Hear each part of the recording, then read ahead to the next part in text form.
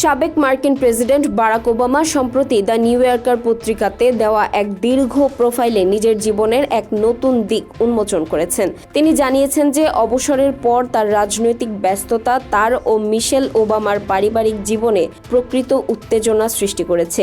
মিশেল চেয়েছিলেন ওবামা এখন পরিবারের সাথে নিরিবিলি সময় কাটাবেন, কিন্তু ট্রাম্প প্রশাসনের বিভিন্ন নীতির বিরোধিতা এবং ডেমোক্রেটিক দলের প্রয়োজনে তাকে বারবার জনসম্মুখে আসতে হচ্ছে, যা মিশেলকে হতাশ করছে।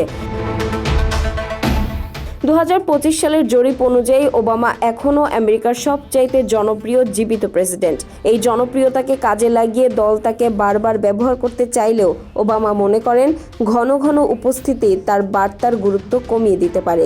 2026 সালের মধ্যবর্তী নির্বাচনকে সামনে রেখে ক্যালিফোর্নিয়া এবং ভার্জিনিয়ায় ডেমোক্র্যাটদের পক্ষে নির্বাচনী মানচিত্র নির্ধারণেও তিনি গুরুত্বপূর্ণ ভূমিকা পালন করছেন। তবে সবচেয়ে আলোচিত বিষয় ছিল ইরান যুদ্ধ নিয়ে তার বিশ্লেষণ।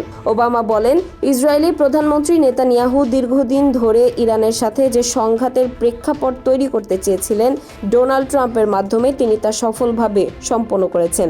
ওবামা সতর্ক করে বলেছেন যে বল প্রয়োগ করে হয়তো সামরিক বিজয় পাওয়া যায়, কিন্তু এটি দীর্ঘমেয়াদে ইসরায়েল বা আমেরিকার নিরাপত্তার জন্য শুভ হবে কিনা তা নিয়ে যথেষ্ট সন্দেহ রয়েছে।